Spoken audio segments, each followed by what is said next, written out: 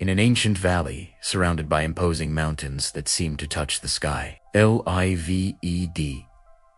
Aurora, a 22-year-old young woman, whose gentle smile contrasted with her hands, calloused by daily work on the land. Her brown hair fell like a cascade over her shoulders, and her green eyes carried the purity of dawn. Every day, at sunrise, she took care of the animals, planted seeds, and helped her family on the small property inherited from her grandparents. Elias, a tall man with a firm presence, broad shoulders, and a penetrating gaze, had arrived in the valley after months of solitary journey. He was not seeking fortune, but peace for a heart that carried invisible scars. His steps were calm but determined as he observed the serene beauty of that place isolated from the world. Destiny united them on a golden sunset. Aurora was kneeling beside an injured sheep on the riverbank. With delicacy, she cleaned the animal's wound and spoke softly to calm it. Elias, who was passing by, stopped fascinated. The scene conveyed a silent strength that few possessed. It is not every day that one sees so much kindness mixed with so much determination, he said in a deep and welcoming voice. Aurora raised her eyes, surprised, but held his gaze without fear. A slight blush took over her face. They talked for long minutes about the sheep's health, about the valley's weather, and about the stars that were beginning to appear.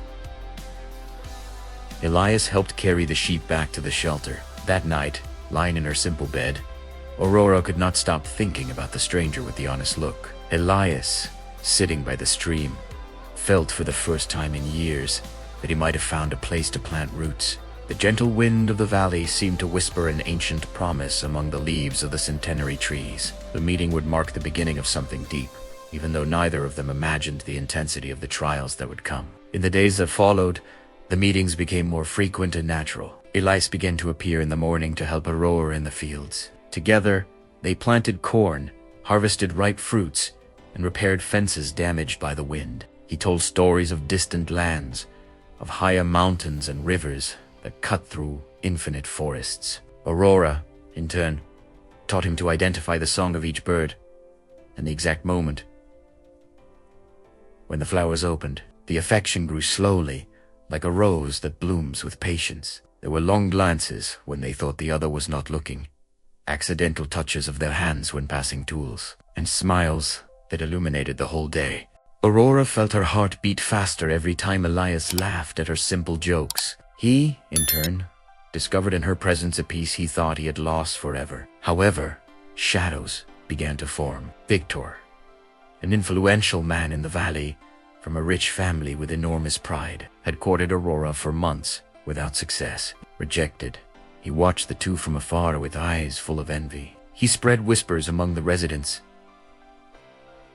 That outsider has nothing to offer. Aurora ignored the comments, but she felt the growing weight of social pressure. Elias, perceiving the tension, reinforced his care.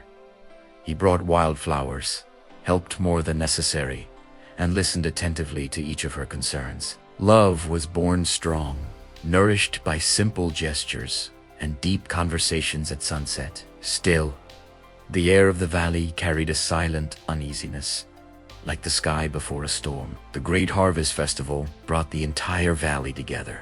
Lanterns illuminated the abundant tables, music echoed, and laughter filled the air. Aurora wore her best simple dress, made by hand. Elias was by her side, proud. Victor chose that moment to attack. In front of everyone, he raised his voice and accused Elias of being an imposter, a rootless wanderer who only wanted the land in Aurora. He told elaborate lies about a supposed past of cowardice and abandonment. The people, influenced by Victor's eloquence, began to murmur, point, and laugh. Elias remained with his head held high, but his face showed the deep pain of public humiliation. Aurora felt her chest tighten as if an invisible hand were crushing it. Tears threatened to fall as she watched the man she loved being ridiculed. Victor approached her and whispered, "Choose someone worthy, Aurora, someone who does not bring shame to your family." She ran out of the party, her heart broken between love and pressure. Elias tried to follow her, but the crowd surrounded him with accusatory questions. That night, the entire valley seemed to conspire against the feeling that was blossoming. The humiliation burned like hot iron in both their souls. Elias disappeared from the valley for 3 long days. Aurora could not eat or sleep. She walked the trails they used to travel together, reliving every moment, questioning every word. Could what Victor said be true? Had Elias hidden a dark past? Doubt corroded her heart like slow poison. Victor took advantage of the moment and pressured her even more, offering security, stability, and the respect she deserved. Aurora refused firmly, but the anguish grew. A strong storm fell upon the valley. Lightning cut through the sky, and the wind howled among the mountains. Aurora feared that Elias was lost or injured in the heights. Sitting by the window, she clutched the shawl against her chest, imagining 1,000 tragic scenarios. The suspense was suffocating. Every second, without news, increased the weight in her chest. She cried in silence, wondering if love was worth so much pain. The valley, once welcoming, now seemed like a hostile place full of uncertainties. Aurora could no longer bear the weight. Facing the rain and strong wind, she climbed the mountain calling Elias's name. Soaked and exhausted, she found him in a protected cave, sitting with a lost gaze. He was physically fine, but his soul was bleeding. With infinite patience, she took care of him. She cleaned the mud from his clothes, prepared a hot infusion of medicinal herbs, and wrapped him in her own cloak. She listened to the whole true story. Elias had been betrayed by old companions, had lost everything he had built, and had sworn never to fully trust anyone again. The public humiliation had reopened deep wounds. "I don't need a perfect man," said Aurora in a firm and affectionate voice. "I need truth and someone willing to walk with me." Elias, touched by her dedication, felt the walls around his heart beginning to crumble. They embraced 4 long minutes while the storm roared outside. In that simple shelter, Aurora's care became the balm he needed to begin rebuilding himself. Together, they descended the mountain when the sky finally cleared. The rain had stopped, leaving the air pure and renewed, as if the valley itself wanted to give a new chance to their love. Elias, strengthened by Aurora's sincere love and loving care, felt a new strength sprouting inside his chest. He decided he would no longer run away. It was time to face the accusations. He called a meeting of all the people of the valley in the central square, under the great centenary tree. With a clear, firm voice and without hesitation, Elias revealed the whole truth about his past. He told painful details, how he had been betrayed by old traveling companions, how he had lost his few possessions, and how he had decided to start over from zero. He did not speak with shame, but with deep honesty and dignity. He brought with him old letters, a family medallion, and testimonies that proved his integrity. He explained that he had come to the valley exactly to build an honorable life, far from the shadows of the past. Aurora remained by his side the entire time, holding his hand firmly, transmitting warmth and support through her touch. Her eyes shone with pride and love. The humiliation that had once burned like fire now slowly transformed into collective admiration. The residents, upon hearing the complete story and seeing the sincerity in Elias's eyes, began to change their opinion. Some even publicly apologized. Victor, exposed in his envy, lies, and manipulation, lost the support he had cultivated for years. His face paled as he saw the people turn against him. Elias felt, for the first time in a long time, the sweet and liberating taste of overcoming. Aurora's love had given him back not only confidence, but the courage to face the world with his head held high. At the end of the meeting, the couple walked slowly back home. The setting sun painted the valley in golden and pink tones. Elias stopped, pulled Aurora close, and whispered, "Thank you for not giving up on me." She smiled, resting her head on his chest. "I will never give up. Our love is greater than any storm." That day marked the beginning of the true reconstruction. Victor, deeply wounded in his pride, did not accept defeat. He set one last dangerous trap. He spread cruel rumors, saying that Aurora had betrayed her family's trust by choosing a worthless foreigner with no past. Tension in the valley reached its peak.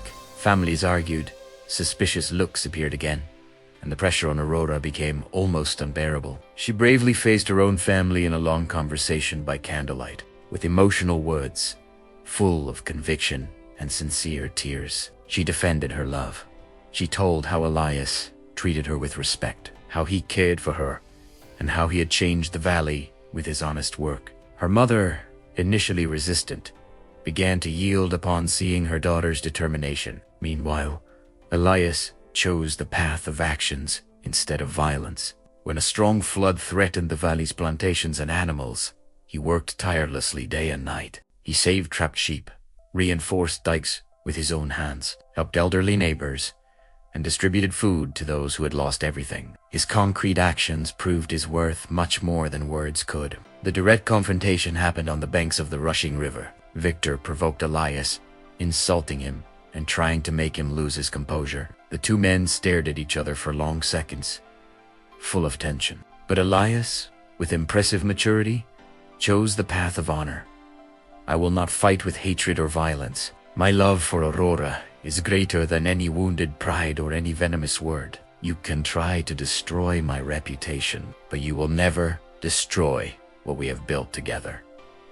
His calm, dignity, and firmness completely disarmed his rival. The suspense that hung over the valley dissolved into silent respect. Victor, seeing the unshakable strength of that true feeling, lowered his head and walked away in silence, defeated not by punches, but by the power of authentic love. Aurora, who was watching from afar, ran into Elias's arms. They hugged each other tightly, feeling that they had overcome the last great obstacle. The valley seemed to breathe with relief. On the day of their union, the entire valley, dressed in joy and colors. Flowers adorned every path, and the great ancient rosebush, which miraculously bloomed out of season, became the center of the celebration. Under its branches, laden with fragrant red roses, Aurora and Elias exchanged simple, deep, and eternal promises. Eyes locked, hands intertwined, they swore to take care of each other in all seasons of life, in joys and difficulties, in health and weaknesses, always with respect and affection. Aurora wore a simple white dress made by her own hands, decorated with field flowers. Elias, with a bright look, could not stop smiling. The affection they had built day after day, gesture by gesture, had overcome all trials. Humiliation turned into a lesson of humility, suspense into an opportunity for growth, and care into a foundation as solid as the mountains around them. They built a life of mutual respect, shared laughter at dawn, constant support on difficult days, and moments of tenderness by the river. Victor never bothered them again. They say he even found his own path of redemption upon seeing the strength of that love. Years later, sitting under the same rosebush, now with children playing around them, they remembered the journey. Elias kissed Aurora's forehead and said, "Every tear we shed was worth it." She replied, "Our love is not perfect, but it is ours, and it is eternal." The valley, a silent witness to the entire story, seemed more beautiful and alive than ever. The rose that never withers continued to bloom as a living symbol of the promise they made. Just as the ancient mountains resist the worst storms and the valley renews itself lush and green after every flood. True love is not the absence of pain or difficulties, but the daily and conscious choice to remain, to care, and to overcome together. It is not favorable circumstances that define a great love story, but the courage to love with truth, even when the heart bleeds in silence, even when the world points, humiliates, and doubts. May this eternal rose, which blooms despite all adversities, remind each of us, the strongest and most lasting love is not born despite the trials, but through them. He who learns to heal instead of hurting, to stay instead of running away, to believe instead of doubting, and to forgive instead of holding grudges, finds the greatest victory a human heart can know. And if this story touched your heart, subscribe to the channel, turn on the bell so you don't miss any stories.